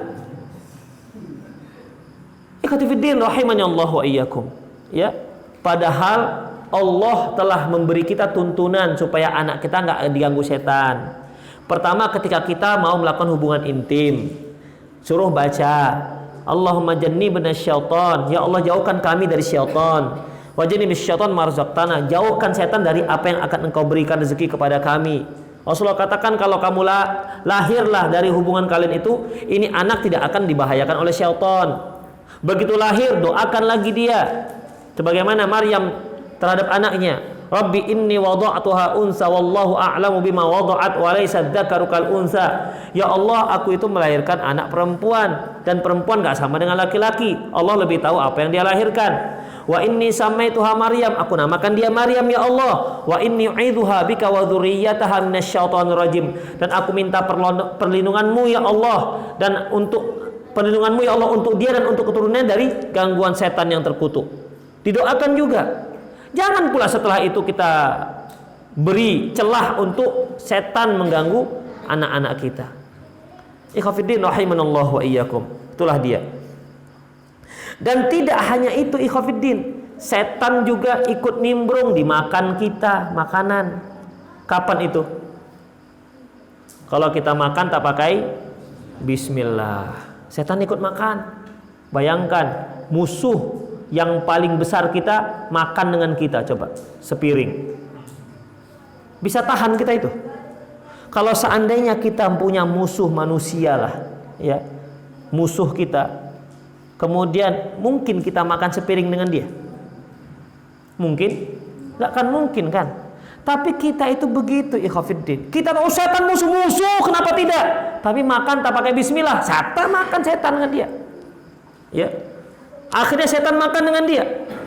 Makanya Allah Subhanahu wa taala turunkan wahyu, utus seorang rasul supaya apa? Untuk mengkonter ini bahayanya setan. Diturunkan sunnah-sunnah Rasulullah SAW supaya apa? Bagaimana cara menghadapi setan yang luar biasa gigihnya, gigih luar biasa. Hanya dengan menjalankan sunnah Rasulullah itulah kita bisa menekan gangguan setan. Kalau tidak habis kita, ikhwatiddin. Kita masuk WC, di WC itu markasnya setan. Makanya diajarkan bagaimana cara masuk WC, doa masuk WC supaya apa? Supaya tak diganggu setan. Kita keluar rumah, di luar rumah itu banyak setan. Makanya kita diajarkan doa keluar rumah. Kita berdagang hari-hari keluar masuk pasar. Diajarkan juga doa masuk pasar. Supaya apa? Supaya nggak kesetanan. Bagaimana kesetanannya pedagang? Mangicuahlah karajonya. Ya, berbohong, timbangan dikurangi, macam-macam lah. Yang asli dikatakan, yang KW dikatakan asli. Kain yang luntur dikatakan tidak luntur. Luntur apa namanya? Luntur tidak ditanggung. Rupanya dibalik. Tidak ditanggung, tidak luntur. Rupanya dibalik, luntur tidak ditanggung. Macam-macam ikhwatiddin di pasar itu. Apalagi kalau emak-emak sudah di pasar, kan banyak itu para emak-emak, anak-anak gadis. Itu kalau mereka bersaing putih. Kok putih kali di hari ini? Apa ya pakainya? Apa lotionnya? Apa polesannya? Itu bersaing putih. Nggak sholat nggak apa-apa, asalkan lebih putih. Itu ikhwatiddin. Makanya Rasulullah katakan setan tuh mengibarkan benderanya di pasar. Jangan kalian menjadi orang yang pertama masuk pasar dan terakhir keluar pasar. Itu dia. Ini kalau ke masjid yang paling terakhir, keluar paling pertama. Kalau mau masuk pasar paling pertama, keluar paling akhir. Tuh udah terbalik-balik. Itulah ikhwatiddin rahimanallahu wa iyyakum. Ya. Dalam sebuah hadis yang diriwayatkan oleh Imam Muslim dari Hudzaifah, qala dia berkata, "Kana idza hadarana ma'a Rasulullah ta'aman lam nadha aydina hatta yabda'u Rasulullah fayadha'u yadahu." Kami kalau makan bersama Rasulullah, kami enggak berani lebih dahulu meletakkan tangan kami di makanan tersebut sampai Rasulullah sendiri yang makan. Wa inna hadarna marrah ta'aman. Di suatu hari kami ikut bersama Rasulullah makan, faja'at jariyatu ka'annaha tadfa'u. Tiba-tiba datang seorang anak kecil perempuan, seolah-olah dia ditolak untuk mengambil makanan. Fadhahabat liyadha'a yadaha fi ta'am. Dia ingin mengambil makanan tersebut. Fa akhadha Rasulullah sallallahu biyadiha. Antas Rasul pegang tangannya. Summa ja'a arabiyyun ka'annama yadfa'u fa akhadha biyadihi. Dan tiba-tiba setelah itu datang orang Arab Badui mau mengambil makanan, dipegang oleh Rasulullah kembali tangannya. Kemudian faqala Rasulullah sallallahu alaihi wasallam, lantas Rasulullah sallallahu alaihi wasallam berkata, "Inna syaitan la yastahilla ta'ama alla yudhkar smullahi alaih." Sesungguhnya setan itu ingin makan dari tangan yang tidak dibaca bismillah. Wa innahu ja'a bihadhil jariyah liyastahilla biha. Dia ingin makan melalui tangan anak kecil perempuan tadi. Fa akhadtu biyadiha, maka aku pegang tangannya. Wa ja'a bihadzal arab liyastahilla biha. Kemudian dia datang dengan orang Arab ini supaya dia makan. Ku pegang tangannya. Kenapa? Karena kedua orang ini enggak baca bismillah. Walladzi nafsi biyadihi inna yadahu fi yadi ma'a yadiha. Demi zat yang jiwaku ada di tangannya, sesungguhnya ketika aku pegang tangan anak tersebut atau Arab Badui tersebut, sungguhnya aku memegang tangan anak tersebut sekaligus memegang tangannya setan. Makanya ikhwatiddin kalau kita makan bersama, kalau bisa ingatkan, jangan lupa baca bismillah. Kalau enggak nanti dia setan ikut makan dengan yang enggak pakai bismillah. Jangan marah-marah kalau diingatkan. Baca bismillah enggak? Bismillah enggak? Orang salapi. 10 tahun udah ngaji nggak masa bisa baca bismillah? Masya Allah, bukan nggak bisa, mana tahu lupa, gitu, mana tahu lupa, ikhwatiddin. Namanya juga kita lapar kan, lapar orang berlima, ayam cuma 3, kan gimana? Apa nggak lupa bismillahnya? Gitu. Makanya Rasulullah katakan kalau lu pun lupa baca bismillahi awalahu wa akhirahu. Jadi kalau makan, saya sering itu kalau makan sama-sama jangan lupa bismillah gitu. Ya. Karena kadang-kadang sekarang mengingatkan saya, oh saya juga lupa. Jangan-jangan yang lain juga lupa. Jangan lupa bismillah sekalian pura-pura supaya ingat, padahal saya juga lupa. Supaya yang lain juga nggak lupa gitu ikhwatiddin. Coba ingatkan begitu. Kadang-kadang kan kita lupa, ya. Sayang kalau dia makan gemuk-gemukkan setan dia. Lagi makan bersama kalau bisa, jangan lupa bismillah. Bismillah. Jadi yang lain pun bismillah awalahu kalau seandainya dia lupa. Gitu ikhwatiddin. Jadi kita saling tolong-menolong, saling bantu-bantu. Ya, jangan sampai dari kita nggak makan setan, dari kawan kita dia makan. Itu ikhwatiddin, ya. Ingatkan dan jangan marah kalau diingatkan oleh teman. Itulah ikhwatiddin rahimanallahu wa iyyakum. Yang terakhir, setan juga merasuki manusia. Makanya ada orang kesurupan setan. Jadi setan itu tidak hanya merusak ibadah kita, tidak hanya merusak akidah kita, dia juga merusak jasad kita dan merusak harta benda kita. Coba, apalagi yang tersisa? Apalagi yang tersisa? Tak ada yang tersisa ikhwatiddin. Makanya kalaulah Allah Subhanahu wa taala tidak mengutus rasulnya kepada kita, pasti kita semua akan menjadi penghuni neraka sa'ir, takluk dengan setan. Karena kita lihat bagaimana gigihnya setan dan iblis ini untuk merusak kita. Oleh karena itu Rasulullah ajarkan gimana cara menghadapi setan. Jadi sunnah-sunnah Rasulullah itulah ikhwatiddin senjata kita dalam menghadapi setan. Kalau enggak, na'udzubillah, enggak bisa melawan. Enggak bisa melawan ikhwatiddin. Itulah dia. Itulah visi dan misinya setan. Ya, dalam rangka merusak umat manusia. Itulah ikhwatiddin, semoga sedikit yang kita sampaikan tadi bermanfaat. Aqulu qauli hadza wa astaghfirullah li wa lakum wa lisal muslimin innahu wal ghafurur rahim. Silakan jika ada pertanyaan. Fadhol. Langsung boleh, pakai tulis juga boleh. Ya.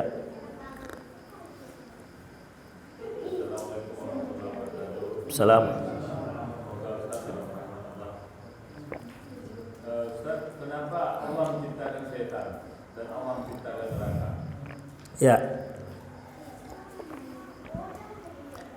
Sebelum saya tanya, kenapa Allah ciptakan Bapak?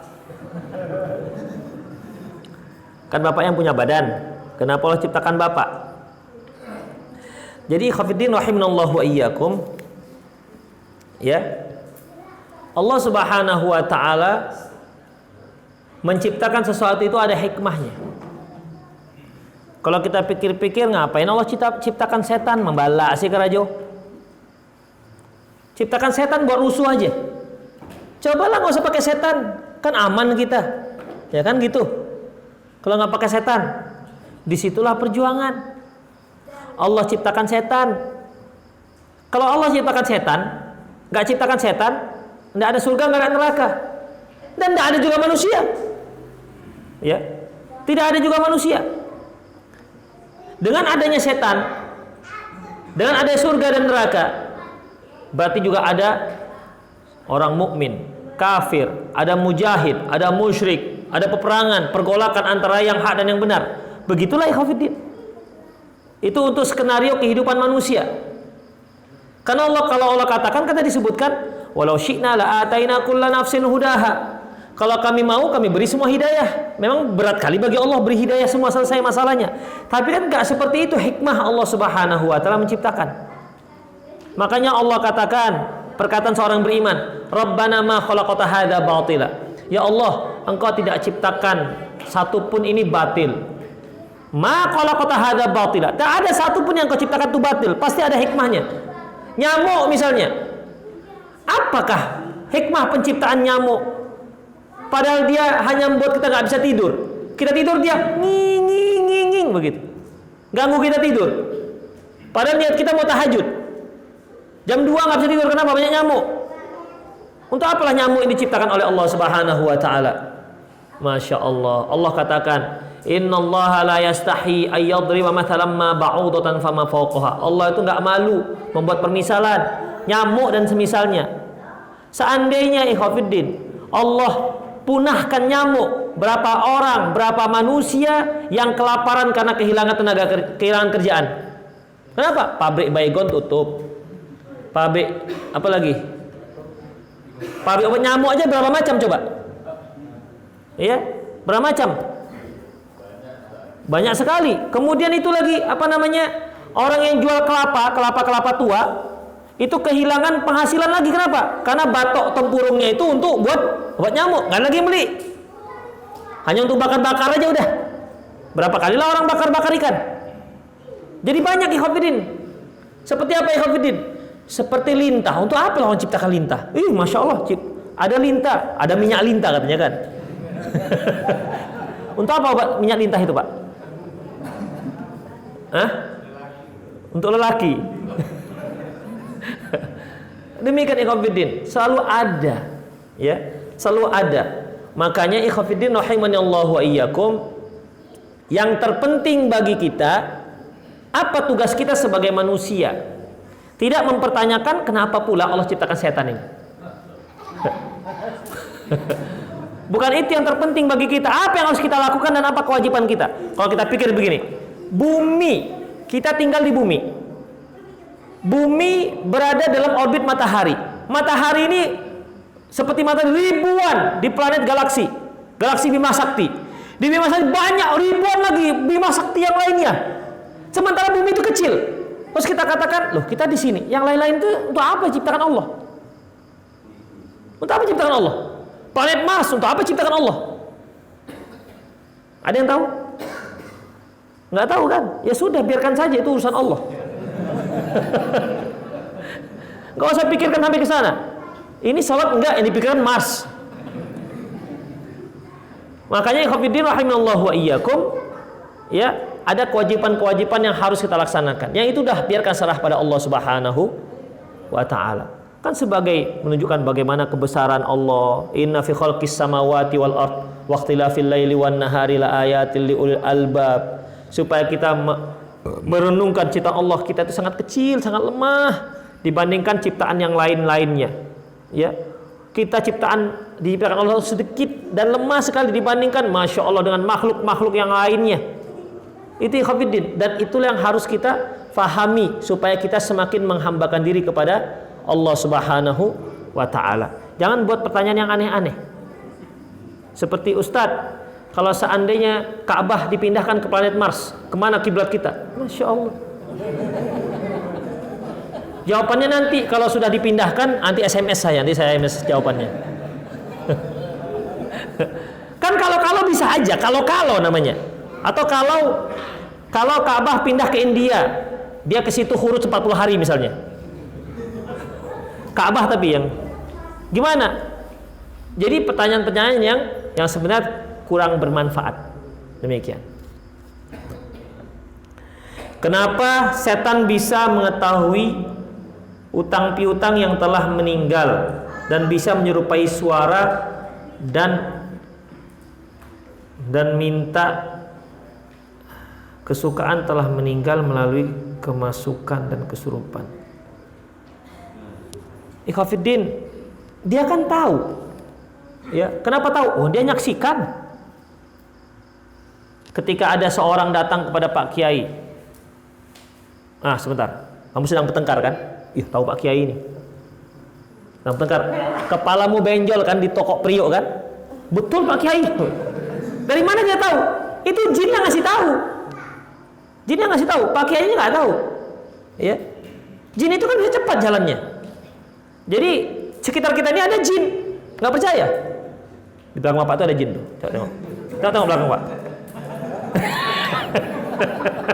Takut Bapak tengok belakangnya, betulan. Iya, dia kan tahu aktivitas kita. Dia kan tahu hutang-hutang kita, aktivitas kita. Ya, yang nggak tahu dia apa dalam hati kita, nggak tahu dia. Tapi kalau kita lakukan, dia nampak. Ya. Makanya untuk merusak orang yang masih hidup, dia buatlah seperti kerasukan-kerasukan seperti itu. Itu ikhwatiddin. Ya, itu dia. Dia usahakan supaya orang-orang itu meyakini tahayul-tahayul. Misalnya kalau ada accident, belanggar, meninggal, itu kalau ditaruh jeruk nipis, nanti malamnya ada menjerit-jerit orang tersebut, arwahnya malam betul. Ada. Itu bukan nyawanya, bukan nyawa arwah orang yang kecelakaan, yang roh itu sudah ke alam barzakh, nggak ada lagi cerita dia balik. Ruh itu ikhwatiddin, imma dia nanti di alam barzakh dapat azab atau dapat nikmat kubur. Kalau dia dapat nikmat kubur, Allah bukakan, Allah lapangkan kuburannya sejauh mata memandang, Allah bukakan pintu surga. Tapi dia nggak boleh masuk. Dia bisa lihat-lihat surga, dia bisa lihat-lihat bidadari, dia bisa lihat-lihat rumah dia yang akan dia tempati nanti.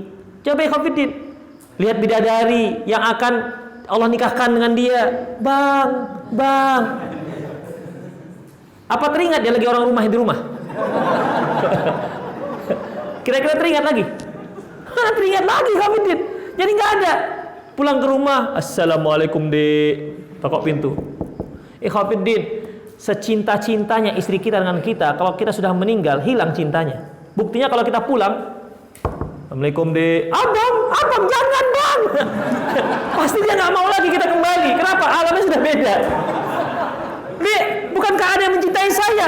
Dia dulu, sekarang nggak lagi. Oh, udah meninggal. Demikian ikhwatiddin. Itu kalau dia itu mendapat nikmat surga.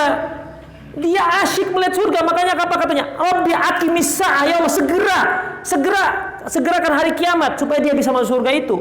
Dia lihat bagaimana keindahannya yang belum pernah dia lihat. Kalau dia mendapat azab kubur, kan dipentung oleh malaikat. Pentungan ini kalau dipentungkan ke Gunung Sibaya jadi debu. Pentung apa dia? Paikat. Nompang, mau ngapain? Mau nengok-nengok keluarga dulu. Mana ada cerita nengok-nengok keluarga? Dia akan diazab terus sampai hari kiamat. Itu ikhwatiddin. Jadi kalaupun ada yang katanya balik lagi arwahnya, itu setan. Setan itu kan bisa menyerupai siapa saja. Yang nggak bisa dia serupai adalah Rasulullah Sallallahu Alaihi Wasallam. Itu ikhwatiddin. Jadi jangan mau ditipu-tipu setan.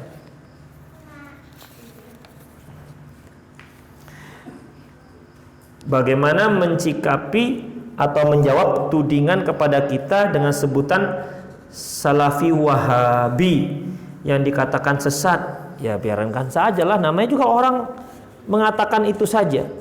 Biasa. Ya. Jangankan kita, Rasulullah itu apa itu rupanya? Tukang syair, tukang sihir, lebih parah lagi dikatakan dukun, lebih parah lagi dikatakan gila. Tuh, antum masih dikatakan sesat, pernah dikatakan gila? Bapak gila, ada? Belum pernah kan? Ya sudah, biarkan saja. Memang begitu perjalanan hidup ikhwatiddin. Ya, memang begitu. Namanya juga orang nggak suka. Orang kalau nggak suka ikhwatiddin, sebaik apapun antum, dia tidak akan menyukai. Kalau sudah image-nya itu nggak suka. Saya beri contoh. Ada dua pekerja kita, si A dan si B. Si A orang yang paling kita suka, si B nggak kita suka. Dua-dua kita suruh kamu kerjakan dua pekerjaan, ini dan ini.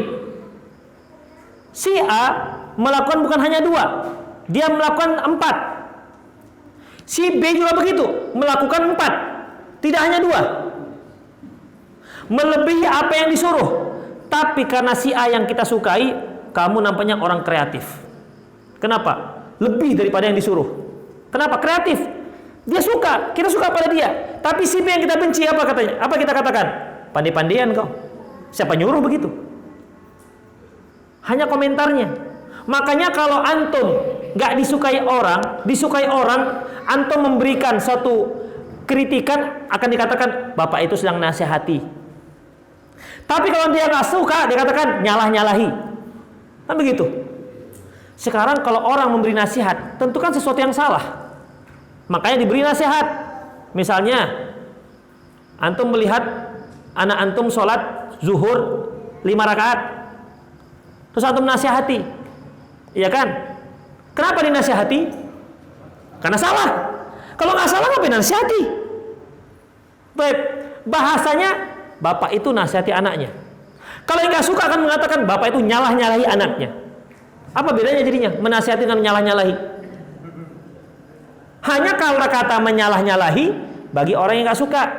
Orang yang suka akan mengatakan menasihati. Itu saja itu ikhwatiddin. Jadi tidak usah diambil pusing.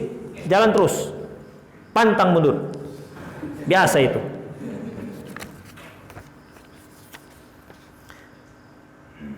Bagaimana menghadapi pemimpin yang zalim? Ikhwatiddin. Imam Al-Muzani, murid Imam Syafi'i, yang mengambil akidahnya dari Imam Syafi'i, mengatakan kalau ada imam yang zalim, maka sikap kita adalah bertaubat. Itu kata Imam Al-Muzani. Bertaubat. Karena apa? Pemimpin yang zalim itu merupakan Allah angkatkan dikarenakan masyarakat yang zalim. Pemimpin itu merupakan cerminan masyarakat. Seperti masyarakat Indonesia, nggak akan mungkin Allah turunkan Abu Bakar, Allah angkat Abu Bakar sebagai pemimpin, nggak akan mungkin itu. Kalaupun Abu Bakar diangkat menjadi pemimpin Indonesia, maka yang pertama sekali demonstrasi itu orang Indonesia, orang Islam. Kenapa? Masa harus disuruh harus sholat ke masjid? Tuh kan, marah. Masa harus suruh pakai jilbab? Masa kalau sedang transaksi kalau udah adzan harus tinggal? Sanggup? Kalau Abu Bakar memimpin kita? Banyak nggak sanggup. Orang akan berbicara tentang ini kan hak asasi manusia. Mau sholat nggak sholat ya urusan orang. Tapi mau pimpin yang soleh. Makanya ikhwatiddin, ketika Ali bin Abi Thalib datangi oleh seorang rakyatnya, ya Amirul Mukminin, kenapa kok rusuh sekali semenjak Anda yang memimpin, nggak seperti Umar dan Abu Bakar? Kata Ali bin Abi Thalib, ya wajar ketika Abu Bakar dan Umar memerintah, masyarakatnya aku. Ketika aku yang memerintah, masyarakatnya ente, buat rusuh aja kerja. Itu ikhwatiddin. Makanya ketika pemimpin yang zalim kita banyak taubat kepada Allah Subhanahu wa taala dan istighfar. Itu dia, karena dia adalah cermin dari masyarakat. Seperti Ahok, kemarin berapa persen dapatnya? Paling tinggi kan? Itu yang milih siapa? Orang Islam. Orang Jakarta. Ya kan, rupanya yang jutaan datang itu orang-orang daerah, bukan orang Jakarta. Bayangkan ikhwatiddin, coba. Memangnya mayoritas penduduk Jakarta itu muslim apa kafir? Muslim. Kok bisa dia lebih banyak? Itulah muslim. Disalahkan juga yang lain-lain. Memang masyarakatnya yang begitu. Ya, bukan dikarenakan pemimpin, memang masyarakatnya begitu. Maka Allah akan angkat pemimpin yang cocok untuk mereka seperti itu. Itu ikhwatiddin. Makanya kata Imam Al-Muzani, banyak bertobat kepada Allah. Bertobat kepada Allah Subhanahu wa taala. Itulah dia kaum muslimin. Kaum muslimin di Indonesia 80%. Bayangkan, 80%. Berarti yang 20% itu Nasrani, Buddha, Hindu kan, Katolik dan lain-lainnya. Kok bisa kaum muslimin yang diotak-atik oleh orang-orang selain muslim? Kok bisa petinggi-petinggi itu banyak yang non muslim? Memangnya orang muslim yang 80% itu goblok semua? Bodoh semua, pandir semua? Pasti ada yang pintar-pintar kan? Tapi begitu ikhwatiddin, jauh dengan agama Allah Subhanahu wa taala. Itu Jakarta buktinya. Ya, Jakarta itu buktinya. Ternyata memang penduduk Jakarta menginginkan orang kafir jadi pemimpinnya. Mayoritasnya. Itu modelnya. Jadi berteriak-teriak pun ikhwatiddin nggak bisa. Namanya juga keyakinan sudah. Sama seperti begini ikhwatiddin. Dibuatlah lokalisasi tempat prostitusi, pelacuran. Udah. Datang sekelompok orang yang nggak senang, disiweping, dibakar. Sementara bukan hak dia. Lantas apakah prostitusi itu akan selesai? Enggak. Dia akan buat pelang, pindah ke ruko sebelah. Kenapa begitu? Pelanggannya masih banyak. Makanya yang harus kita bongkar tuh pelanggannya dengan dakwah. Kalau nggak ada lagi pelanggannya, mau pindah ke ruko sebelah, ruko ke atas, ke bawah, nggak ada lagi yang datang, akan bangkrut dia. Ini kita bakar rukonya, pelanggannya kaum muslim masih banyak. Iya, dia akan buat pindah ke ruko sebelah. Pelanggannya banyak. Makanya di pelanggannya ini yang harus kita dakwahi supaya nggak lagi melanggan di situ. Itu ya Khafiddin. Nggak bisa bongkar sana bongkar, nggak bisa ya Khafiddin. Kaum musliminnya ingin, masyarakatnya ingin. Gimana mau dia? Mau dibakar bagaimanapun. Jangan-jangan yang pelanggannya itu yang memberi backing. Dibakar 1 tingkat, begitu dibangun jadi 3 tingkat. Orang masih banyak pelanggannya. Itu ya Khafiddin. Jadi dakwah itu yang terpenting. Kadang-kadang kita tuh begitu. Gimana Islam akan maju sementara kalian cuman ngaji aja di masjid? Masya Allah. Di situ intinya. Untuk merubah masyarakat dari bawah, bukan dari atas. Di situ intinya. Kita ajarkan kepada masyarakat, kita berdakwah ke sana kemari supaya apa? Masyarakat tahu betapa pentingnya kaum muslimin kembali kepada sunnah Rasulullah sallallahu alaihi wasallam. Karena hanya itu yang menyelamatkan mereka, bukan banyaknya mereka. Banyak mereka itu, Rasulullah katakan, ghusa isail, bagaikan buih yang ada di atas aliran air. Banyak tapi nggak ada guna sama sekali. Itu Khafiddin. Ya, makanya konsep dakwah itu ringan. Apa bukan ringan? Sederhana. Apa itu? Ku anfusakum wa ahlikum naro. Selamatkan dirimu selamatkan dirimu dan keluargamu dari api neraka. Kalau sudah ini banyak, terbentuklah masyarakat. Kalau sudah masyarakat seperti ini ada, nggak akan mungkin mereka mengangkat pemimpin kafir. Ya, nggak akan mungkin mengangkat pemimpin yang kafir. Karena sudah apa? Sudah soleh semua. Dari masyarakat seperti ini akan muncul negara yang baik. Itu Khafiddin. Ini kadang-kadang semua permasalahan hanya satu, khilafah. Semuanya ini masalah khilafah. Karena gara-gara nggak khilafah. Cuma gara-gara khilafah. Masya Allah. Bukan kita anti khilafah, Khafiddin, bukan. Khilafah itu merupakan bonus dari Allah Subhanahu wa taala kalau kita itu baik. Ya. Jadi sederhana sebenarnya konsep Islam itu, sederhana. Dan sangat realistis. Sangat masuk akal. Makanya ketika kita dalam kuburan nggak akan ditanya siapa yang kemarin kau pilih, Jokowi apa siapa, Prabowo, enggak. Yang ditanya apa? Marabbuka, mana biuka, wa madinuka. Itu kan. Nggak ditanya pilih apa kemarin. Kan ditanya Khafiddin. Itu dia. Jadi mudah. Kita kadang-kadang mikirnya tak kemana-mana, jauh sekali. Keluarga nggak beres. Sudah bawa spanduk kemana-mana, piring banyak nggak dicuci di rumah. Anak beslemak peak.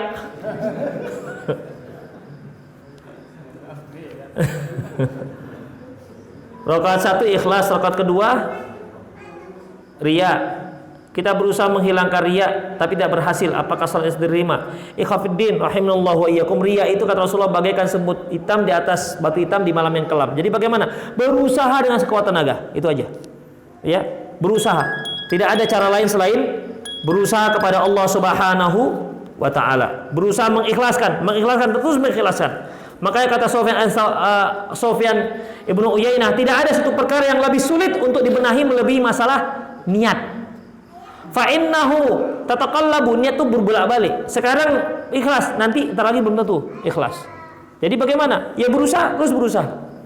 Khafiddin, kita selama di dunia ini tetap berusaha, enggak ada enggak. Allah Subhanahu wa taala akan nilai kita sebesar apa usaha yang kita lakukan.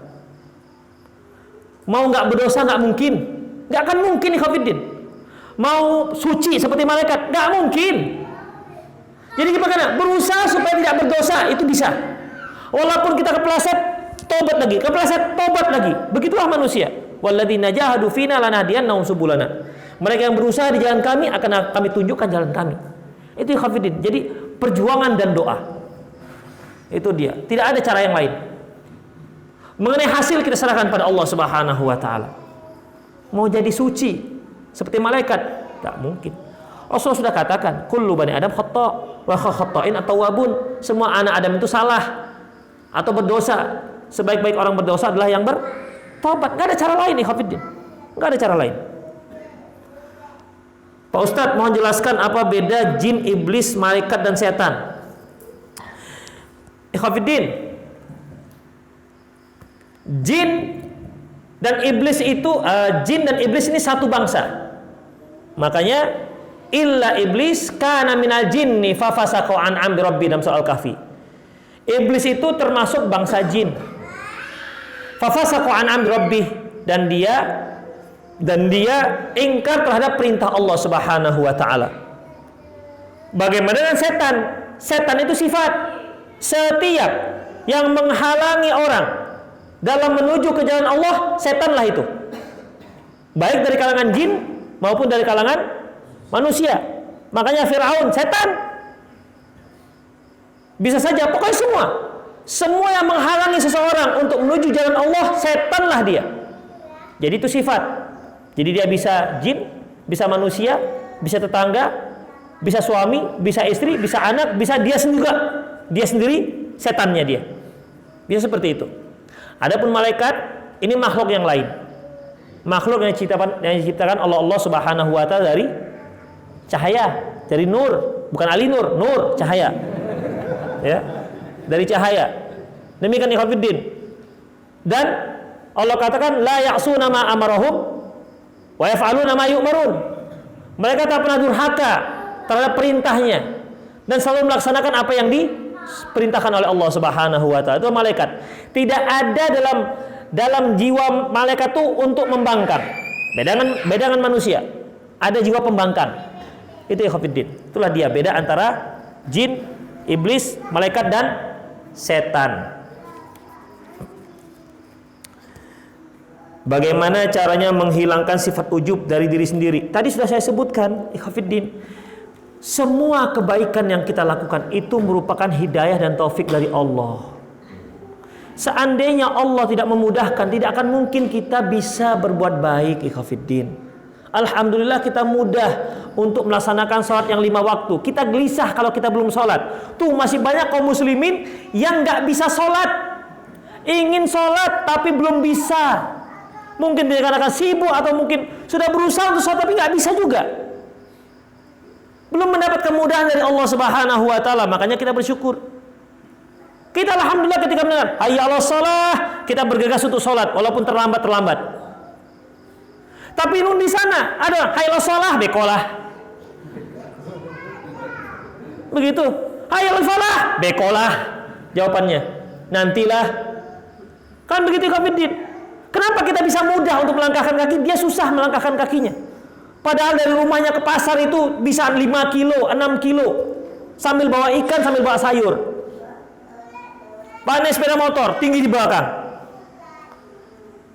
Hayya 'alas shalah kata Allah, hanya masjid dari rumahnya hanya 50 meter, nggak datang.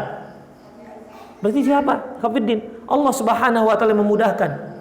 Makanya jangan ujub, jangan sok-sok lah kalau orang Medan bilang. Orang Medan bilang jangan sok-sok. Ya, bahwasanya kebaikan yang kita lakukan itu dari Allah Subhanahu wa taala. Allah yang memberi hidayah, Allah yang memberi taufik. Makanya syukuri itu.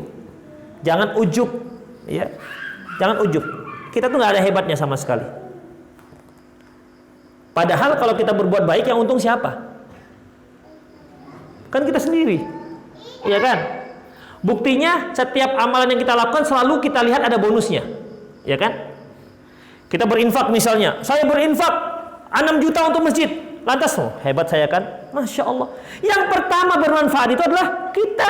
Allah janjikan kita surga, Allah janjikan ini dan itu segala macamnya. Kalau Allah nggak janjikan, silakan kalian berinfak. Terus apa pahalanya? Nggak ada.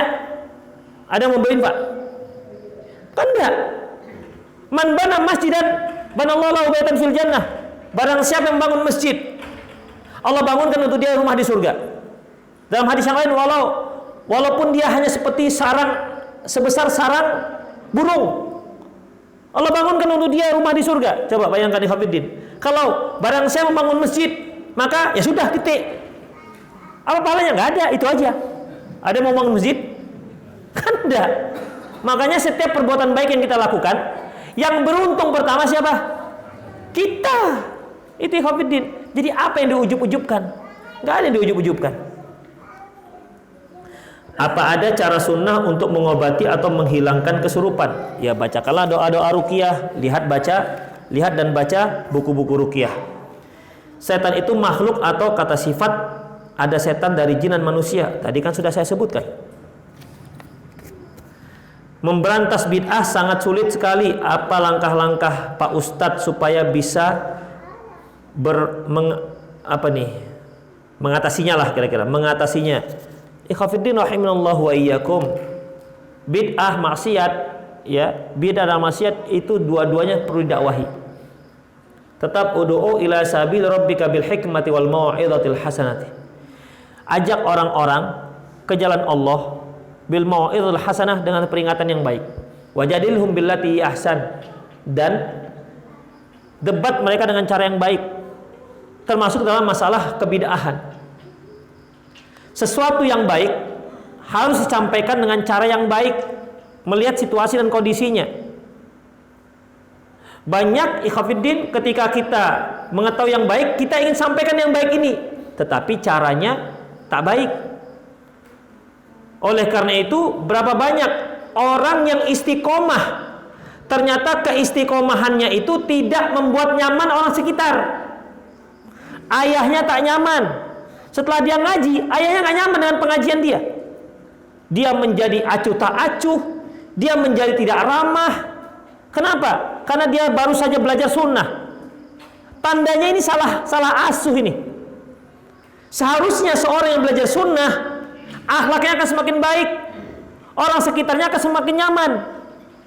Ini ngaji 2 kali, 3 kali, 4 kali, kemudian panggil ayah, bah duduk bah. Kenapa? Innal hamdalillah nahmadu wa nasta'inu wa nastaghfiruh. Tahu enggak ayah bahwasanya ayah dalam kebid'ahan.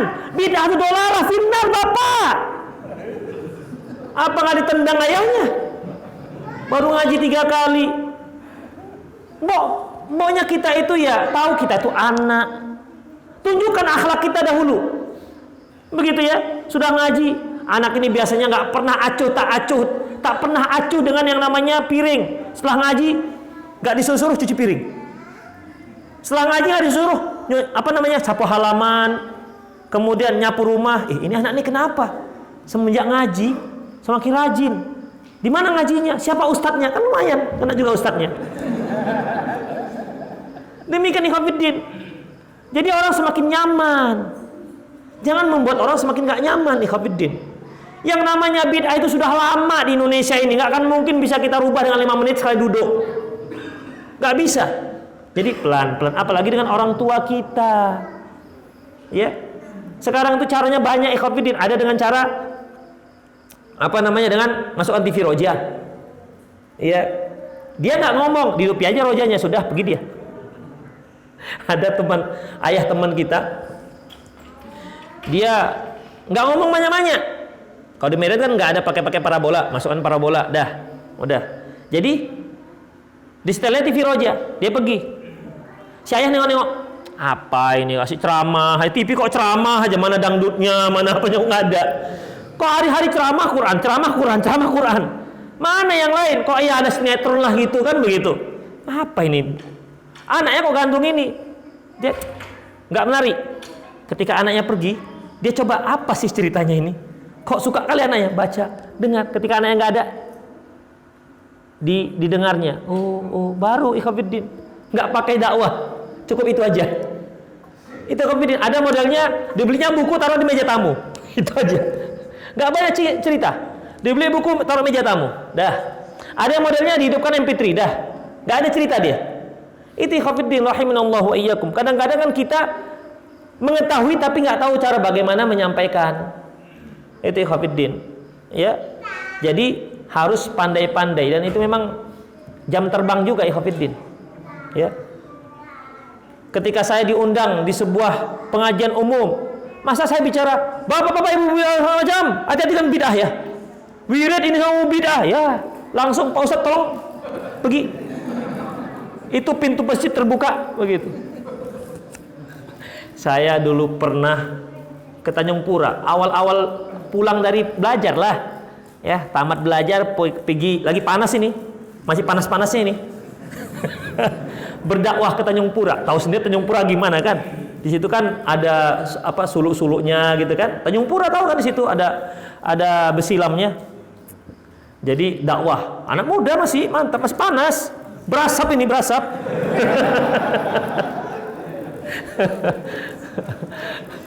Habis itu tanya jawab. Satu ya pertanyaannya, Ustadz, gimana pendapat Ustadz tentang wirid Yasin? Wow, semangat lah kita kan. Oh, puspas. Tersinggung kami Ustadz. Tersinggung kami Ustadz. Kawan-kawan lihat, hati-hati mobil kita dibakar orang apa enggak? Namanya masih panas, masih berasap. Jam terbang kurang. Begitu ikhwatiddin. Jadi memang banyak-banyak minta taufik dari Allah Subhanahu wa taala. Aduh, itulah anak muda ini. Alhamdulillah sekarang udah tua. Apakah wanita lebih mudah digoda setan? Kenyataannya begitu. Buktinya kata Rasulullah, ya ma'syaran nisa tasaddaqna fa inni ra'aitukunna aktsara ahlin nar. Wahai sekalian wanita, bersedekahlah karena aku lihat kalian mayoritas penduduk neraka. Berarti kan lebih mudah digoda. Demikian juga dalam sebuah hadis bahwasanya Dajjal itu pengikutnya orang Yahudi dan kaum wanita mayoritas. Makanya kita lihat juga korban dukun, banyak laki-laki apa perempuan? Perempuan juga. Yang pergi ke dukun banyak laki-laki perempuan. Mama juga. Maerot juga perempuan juga. Jadi ikhwatiddin itulah dia. Ya, lebih banyak perempuan. Kenapa? Mereka lebih mendahulukan perasaan, ya. Tidak mendahulukan syariatnya. Maka sampai sekarang sedikit wanita yang bisa menerima masalah hukum poligami. Menerima itu kan tidak harus melaksanakan. Iya kan?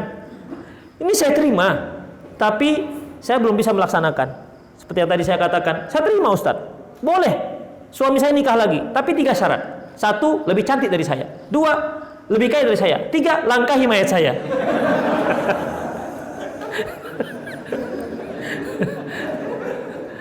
Jadi itu dia ikhwatiddin. Ya gimana lagi? Ya. Apakah anak yang nakal itu karena digoda setan atau dikarenakan pengaruh makanan yang tidak halal? Banyak faktor.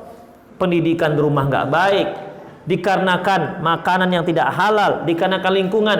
Bahkan ketika si suami meletakkan bibitnya ke istri nggak pakai doa. Begitu sat malam pertama ciat begitu nggak ada doanya. Akhirnya setan masuk. Itu dia, banyak faktor ikhwatiddin. Terakhir, mohon penjelasan jin korin. Nggak tahu saya, Allahu a'lam. Habis ikhwatiddin, sudah 9:30. Alhamdulillah, tepat waktunya. Demikianlah ikhwatiddin rahimanallahu iyyakum. Ya, cilelah boleh. Tadi disebutkan kalau setan itu berada di neraka sa'ir. Padahal setan itu kan yang keroknya dari segala kemaksiatan. Seharusnya kan neraka jahanam gitu. Neraka yang itu. Neraka sa'ir. Ya. Kenapa enggak neraka jahanam? Ikhwatiddin rahimanallahu wa iyyakum, intinya dia masuk neraka. Allahu alam, apakah neraka sa'ir ataukah neraka jahanam? Yang jelas dia itu masuk neraka. Neraka itu ada macam-macam. Di antaranya neraka sa'ir. Ya. Terus kenapa kok tidak dimasukkan ke neraka yang fi darkil asfali minan nar seperti orang munafik? Dalam kerak-kerak neraka. Kenapa? Allahu alam, enggak tahu. Ya, Allahu alam. Yang jelas dia masuk neraka. Allah sebutkan neraka sa'ir. Apakah lebih hebat neraka jahanam dibandingkan sa'ir? Allahu a'lam. Habis ya? Capek juga ya? Ya demikian ikhwatiddin. Aku lu qouli hadza wa astaghfirullah li wa lakum wa lisal muslimin innahu wal ghafurur rahim. Subhanakallahumma rabbana wa bihamdik asyhadu an la ilaha illa anta astaghfiruka wa atubu ilaik. Assalamualaikum warahmatullahi wabarakatuh.